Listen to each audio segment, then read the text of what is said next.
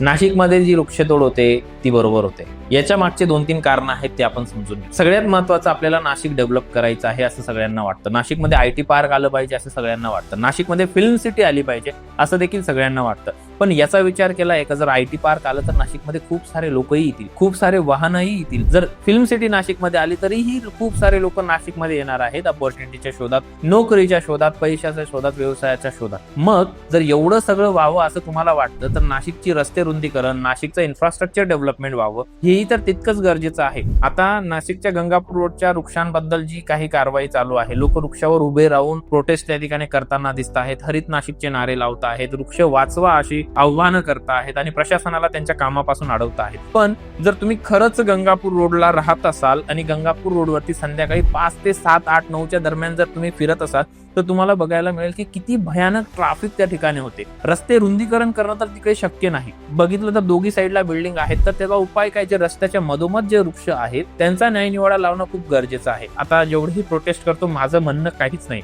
सगळे वृक्षप्रेमी आहेत, चांगली गोष्ट आहे, सगळ्यांना निसर्ग आवडतो, चांगली गोष्ट आहे. तर नाशिकमध्ये अजून अशा बऱ्याच जागा आहेत जिथे तुम्ही वृक्षारोपण करू शकता, तिथल्या झाडांची काळजी घेऊ शकता, ते लावलेले वृक्ष वाढवू शकता आणि तिथूनही हरित नाशिक होऊ शकतं. असं न करता तुम्ही प्रशासनाला त्रास देऊन जे आता डेव्हलपमेंटचे कामं चालू आहेत, जे गरजेचे आहेत कुंभमेळ्याच्या दृष्टिकोनातून और वॉट एव्हर, त्याला तुम्ही कारण नसताना अडथळा आणण्याचा प्रयत्न करताय, ते हे मला अजिबात आवडत नाहीये.